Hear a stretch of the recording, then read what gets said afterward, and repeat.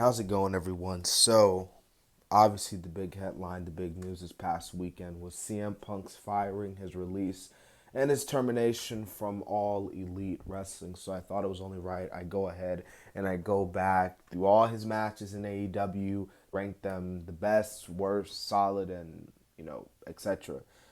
I'm gonna go ahead and say this is actually my third time recording this video. I tried two times screen recording on the computer, but a bunch of bull crap just went down, and I couldn't get it I couldn't get it through. So I was like, you know what? Let me just do it on my phone. I'm gonna go back to the computer one day, but for now, I'm just gonna use my phone for this one. So yeah, I hope you guys enjoy this tier list video. I know the last one I did on Edge was pretty good. You guys enjoyed that. So again, like I said, hey, let's make another one this time on CM Punk. And the next one, I might do another tier list ranking video on Orange Cassidy's AEW International title reign since that recently came to an end. But nonetheless, like I said, let's not waste any time. Let's get straight to it. Punk and Darby Allin from All Out. Yeah, this is going to go as the S tier. And the reason why I'm putting this as an S is because this was CM Punk's first match back. This being CM Punk's first match back in 7 years, as well as this being his first match ever in AEW. This was honestly a big deal. So that's why I'm putting this on the list. And that's why I'm putting this as the S tier, because it was a special moment. Next, we got CM Punk. We got Powerhouse Hobbs from Rampage Grand Slam.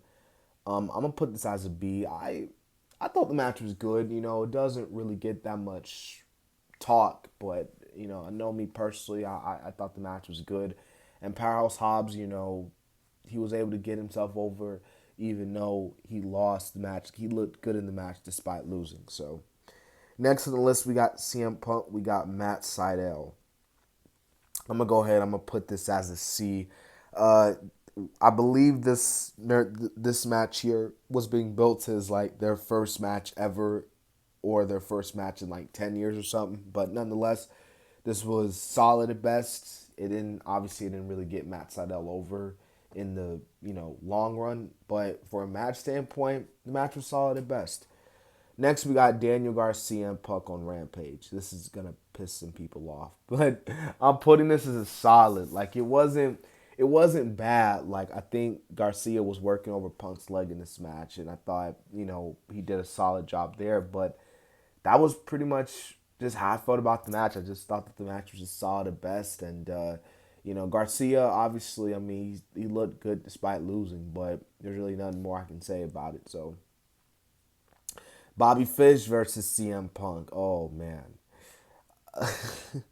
I'm probably turning people away from this video already. But look, the reason why I'm putting this as a C is because this actually wasn't a bad match. I know Bobby Fish gets a bad rep nowadays for memes and all that stuff, but hey, when he fought Punk, and then he even had a good match against Danielson, but when he fought Punk on Dynamite, I just thought it was solid at best. That's why I'm putting it as a C instead of a D or even an F in some people's eyes.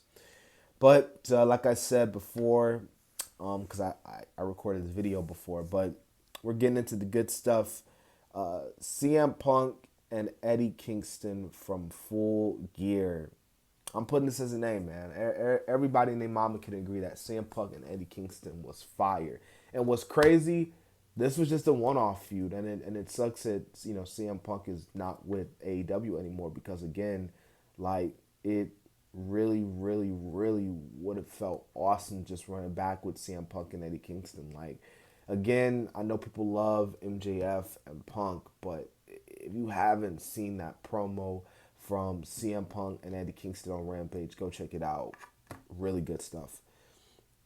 CM Punk versus QT Marshall was next. I'm putting this as a D.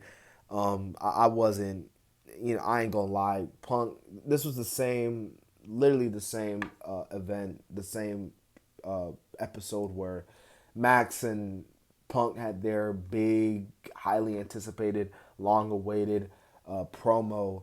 And I'm not gonna lie to you, the promo package was so good. I completely forgot that Punk even had a match with QT Marshall. So and the match wasn't really all that. So next, I got CM Punk versus Lee Moriarty. I'm actually putting this a B. I enjoyed this match. I feel like a lot of people don't really talk about this match as much. And, Lee Moriarty, you could tell, like, how much you wanted to get in the ring with Punk. But you could tell how much he did while he was in the ring with Punk. So that's why I'm putting it as a B. Okay, so next on the list we have MJF, the Pinnacle, because it was MJF, FTR versus Punk, Darby, and Sting. This was AEW Holiday Bash, and I'm putting this as an A because, dude, this was some good stuff, man. Like, this was some really good stuff. I mean, when you had Punk and Darby and Sting come out with matching face paint, you knew this match was about to be something, man. Like, you legitimately knew this match was going to be good. And it was good, so that's why I'm putting it as an A.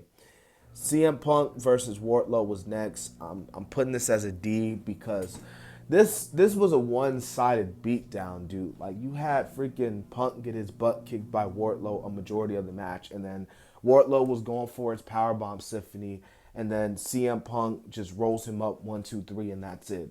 And that's it. Like, really? That's it? After all that, you beat him like that? So I didn't like how the match was booked. I didn't like how they went at it.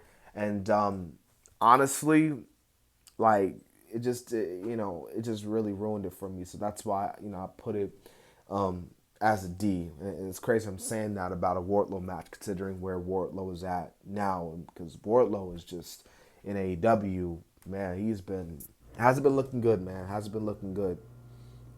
CM Punk versus Shawn Spears.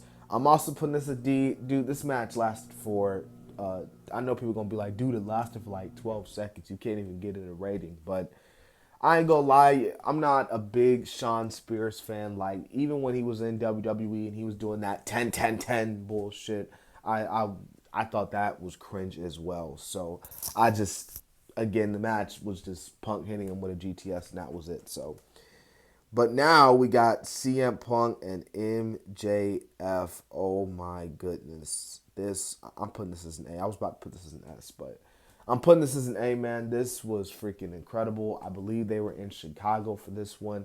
The fact that MJF can say, I beat CM Punk in his hometown of Chicago, not once but twice, was crazy. The match was really good.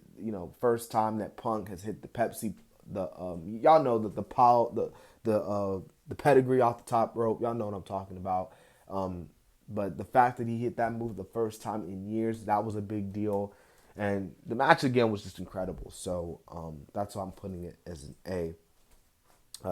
CM Punk continuing his feud with MJF. This is where he and Moxley fought so that so that Punk could get another shot at MJF. And they took on and defeated FTR. Yeah, this is really good stuff all around as well. I know that Jon Moxley and Punk, they were only a team for one night, but they looked good as a team. So that's why I decided, hey, let me put it as a B.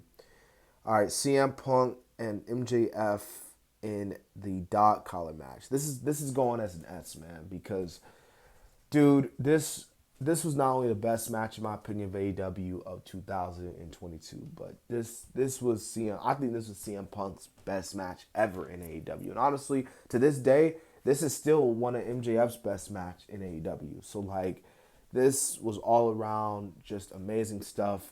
The story was just played to a T. You had the entrance by Punk, coming out with the Ring of Honor attire. So you already knew these guys were about to get dirty, and they did get dirty. And then Wardlow turning on Max was a big deal at the time. And again, dude, just, oh my goodness, it was another match you guys got to check out if you haven't seen it. CM Punk versus Dax Harwood. Should I put this as a C or a B? I'm debating on if you know what, I'm gonna put it as a B. The match was good. It's crazy because in real life, Punk just went up to Dax and said, "Hey, let's wrestle." Dax said, "All right, let's do it," and so they did. And hey, it was a good match. But this was really when Punk was starting to rack up some wins because he was going after the big one, that one being the AEW World Title. Punk versus Max Caster. I'm putting this as a C because the match wasn't really all that. No, it was. Let me not say that. It was solid. There we go. It was solid at best. I was about to say it was bad. Um, so that's why I'm putting it as the as a C. And yeah, there's again just another win for CM Punk. Just trying to stack up some wins. Just trying to stack him some wins. CM Punk versus Penta. Ooh, it's gonna piss some people off. Don't get me wrong. I like Penta. I do, but not every Penta Gone match is gonna be some 5-star, 8-star flip flop extravaganza. Like this match was solid at best, in my opinion. Again, my opinion only. And yeah, another win in the column book for CM Punk. So there's really nothing more I can say about that. Dustin Rhodes versus CM Punk. I am putting this as a B. This is probably one of, if not the most underrated CM Punk match of his entire AEW run, in my opinion, because like it doesn't get a lot of praise, which is crazy because it's Dustin Rhodes. This was the first time that CM Punk and Dustin Rhodes have ever fought in a pro wrestling ring. Like they've been together all these years, never fought. Now they do, and hey, Dustin, 50 something years old, still got CM Punk going at him. Really good Dynamite match, and I had to put it as B. CM Punk versus John Silver. I'm putting this as a D because I'm sorry, y'all, but I'm sorry, John Silver fans, but this match wasn't all that. This match wasn't it, honestly. Like, dude, CM Punk just went in there, just beat John Silver, and that was it. Like, it didn't. It was really him getting momentum. CM Punk was obviously the heel, so he was trying to get some heel heat, and that was really it because I believe they were in John Silver's hometown that night. So, yeah. Also, he was trying to piss off Hangman because, well, the next match on the list is Hangman. And I'm actually going to put this as a B, CM Punk, Hangman Page at Double or Nothing. And it's just crazy how these two obviously didn't like each other, and yet they still went out there and put on a really good match and really cool moment of CM Punk winning the AEW World Championship and starting the summer of Punk. But oh, if we knew what was to come. CM Punk and FTR versus Max Caster and the Gun Club. I'm putting this as a C. This was the Dynamite following Double or Nothing and the beginning of the Summer of Punk. But the match was solid at best, nothing really more to it. And it seemed like that because I think Punk got on the mic, he called out Tanahashi, and obviously Punk got injured. Punk would be out. We wouldn't see Punk for quite a while. But Punk would come back, and his first match would be against Jon Moxley. And I'm going to put this as an A. And the reason why I'm putting this as an A instead of a D, because this match didn't really last long either. And Jon Moxley just dominated CM Punk. But you got to think about that. Jon Moxley squashed CM Punk. It's how they did it. Heading into the match, I'm thinking, okay, they're about to do that typical old shenanigans. Some bull crap happens. The match doesn't even happen. They probably have a big brawl, and they just doing this match and announcing this match just to get a little rating pop. But nah, dude, like they did the match and Moxley squashed CM Punk, and I was like, whoa, like what?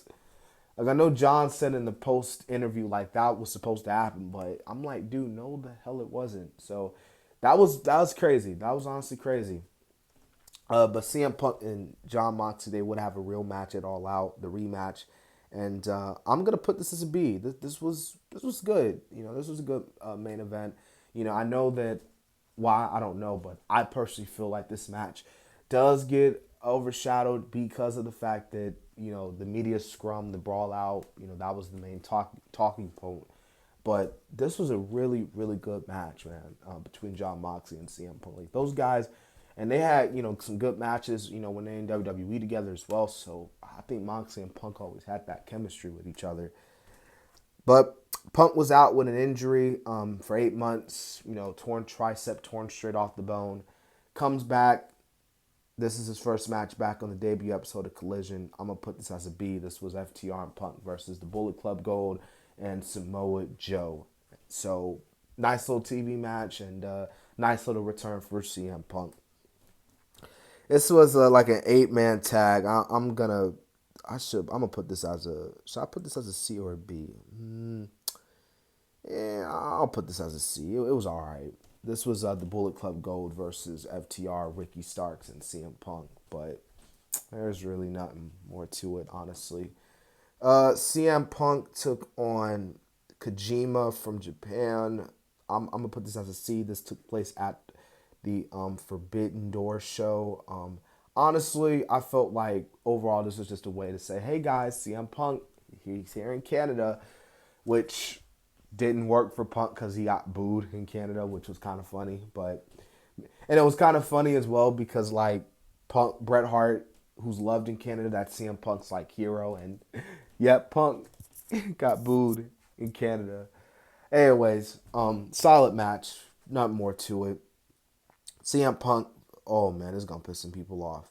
CM Punk, Samoa Joe, Owen, Cup, just solid, just solid. I just thought it was solid. I just thought it was solid. They would rebound. I feel like when we get to All In, but as far as this match goes, just solid at best.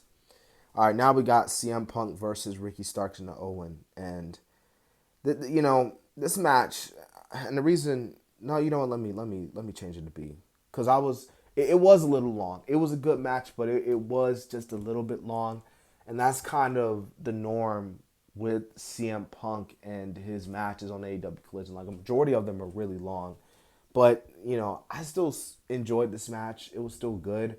Ricky Starks did win, which was kind of shocking because he didn't expect it. And yeah, all around, good stuff, I thought.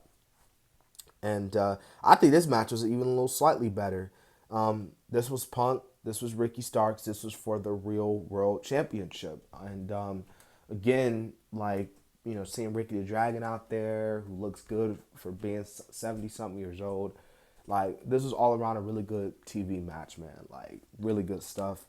Punk and Darby took on Starks and Christian, and it was really cool to see Christian and Punk back on the TV. So at the same time, and it was a nice tag team match. I know somewhere Teddy Long was smiling ear to ear. Nice little tag team match play. A nice little tag team match. But yeah, dude, we got Punk versus the House of Black. Well, it was FTR and Punk versus House of Black, and I'm putting it as a C because like I was just like, okay, it's all right. I mean, like, why is Punk and FTR even getting title shots anyway? You know what I'm saying? But it was just solid at best. That's all it was to it. Just solid at best, really. Same thing with this match. This was Punk's final match on Collision. This was the 8-man all-in, all-star 8-man tag match player. Just a match just to say, hey, let's send the crowd home happy. Let's get one final run in before the pay-per-view. And I believe the baby faces won, which now thinking about it, yeah, I think they did. So, yeah. But CM Punk and Samoa Joe, this is it, man. This is the last match, and I'm gonna put this as an A. It's honestly crazy. I mean, y'all gotta think. Jungle Boy and Punk went at it. Then Punk went after Tony Khan, because Tony Khan literally said on Collision that he was feared for his life, and basically said that Punk was a danger to the locker room, so they had to get rid of him.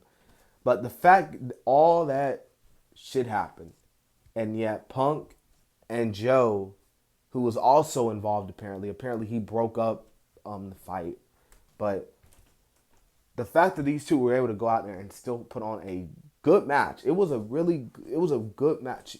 It was a good match, really good. And I think in his mind, Punk was like, "Hey, damn, this is it." Like, I think Punk knew because he was waving to the crowd after the match. His match with Joe was really good. So I think even as he was making his entrance, Punk was like, "Dang, this is it." Like, after that, after what I just did, going after my boss, going after Jungle Boy, this is it. Like, I'm not coming back. This is hell. If no other company takes him, which I really don't see no other company like WWE, I just do not see them taking back CM Punk at all. this is probably Punk's last match in pro wrestling, period. So he was probably thinking, let me go out with the bang. And I think, hey, I think he did somewhat of that. I mean, him and Joe, their history, ending it here tonight or at All In. Hence why I'm putting it as an A-list. That has been CM Punk's entire AEW run, and these are all his matches. So I enjoyed putting this video together. Like I said, this is my third time putting the video together. I'm doing it on my phone this time instead of my computer because my computer wants to be an a-hole. But nonetheless, we're still going to have this video out. I'm recording this on Labor Day, but it's coming out on Tuesday. But yeah, I really enjoyed making this video, and I hope you guys did enjoy this video as well. But if there were some matches that were higher that should have been lower or vice versa, just let me know in the comment section, how do you feel? And how do you guys feel about CM Punk's run? Because overall, and this is going to be the last thing I say because I know we're getting pretty long here, but it wasn't a bad run. Like, I say he had a solid run. He had a solid run. He had some good matches. He had some great matches. He had a few, he had not so few great matches, and then he had like a little in between. And honestly, there's really nothing more to it. Really nothing more to it, because his run probably would have been like, it's gonna be one of those what ifs. Like, man, and his run could have been even bigger if he had not gotten injured with the foot, then the heat with the elite, and then again the torn triceps injury, and then the recent incident. But we'll never know. At this point, we'll never know. You know what I mean? But I do think that there could have been so much more you could have done with Punk in AEW. But because of all these factors I just named out, we're not going to see it. We're not going to see him running back with Eddie Kingston. We're not going to see him running back with MJF. We're not going to see him feud with Jungle Boy. We're not going to see Punk and Danielson going at it, or Danielson and Punk teaming up to take on like the Young Bucks, or CM Punk and FTR taking on the Elite, or the Elite Kenny Omega versus CM Punk. We're not going to see that, and it's just, it is what it is at this point. You know what I'm saying? Like, you could, you can blame, you can be on the side of CM Punk. Oh, CM Punk is at fault. Or you can be on the side of the Elite, or they're at fault. But at the end of the day, it just sucks. Honestly, it sucks. Because you could tell CM Punk when he came back, that return, that first dance, I mean, the dude was crying. The dude was full-blown crying because he missed it. CM Punk loves professional wrestling. And, factors like this probably just takes the love away from it. So, I apologize for the video being a little long. If you stayed this long, I really appreciate it. I hope y'all, again, enjoyed the video, and I'll see you guys next time. So, yeah.